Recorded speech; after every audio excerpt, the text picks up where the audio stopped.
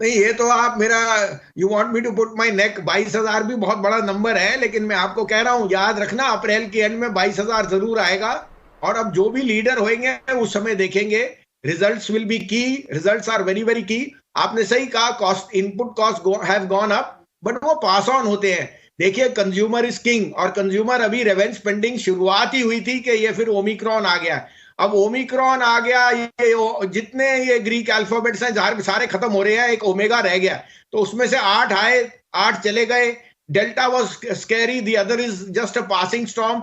अब इतना, मैं कोई डॉक्टर तो हूं नहीं, लेकिन मुझे पता है लोग बाग घर बैठ बैठ के फेड अप हो चुके हैं और खर्चे के लिए वो तैयार है। तो जैसे जैसे खर्चे बढ़ेंगे, थोड़ी आपकी कॉस्ट, थोड़ा इन्फ्लेशन बाइट ही होगी, but stocks will do well because volumes will make up for the loss of little bit margin. जी हो गया है, तो कोई दो राय नहीं, अच्छा माल लीजिए।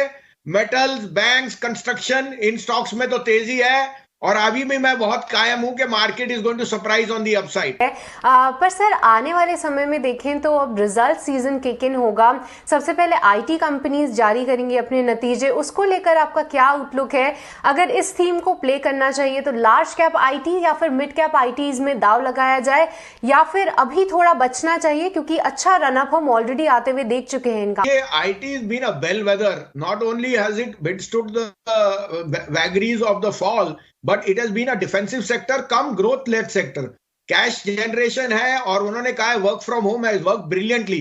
तो मुझे कोई दो राय नहीं, IT will out perform. But अभी मुझे पैसा बनाना है ऑन द रिस्क पैरामीटर। मुझे लेना है जिंदल स्टील, मुझे लेना है एनबीसीसी, मुझे लेना है बजाज फाइनेंस, एक्सिस बैंक। जो मैंने आपके यहाँ जब कह रहे थे, जब 670 था एक्सिस बैंक और 15,800 था बजाज फिंसर, तो ये शेयरों में जो चाल आएगी वो आप देखे को हो रहेगी।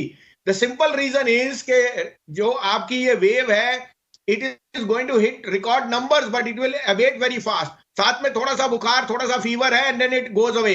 तो आप ये चेष्टा कीजिए, जब रीओपनिंग होगी तो क्या होएगा, एयरपोर्ट पे जगह नहीं मिलेगी, होटलों में कमरे नहीं मिलेंगे अगले 3 महीने में। तो इस कारण से I am bullish on the broader economy.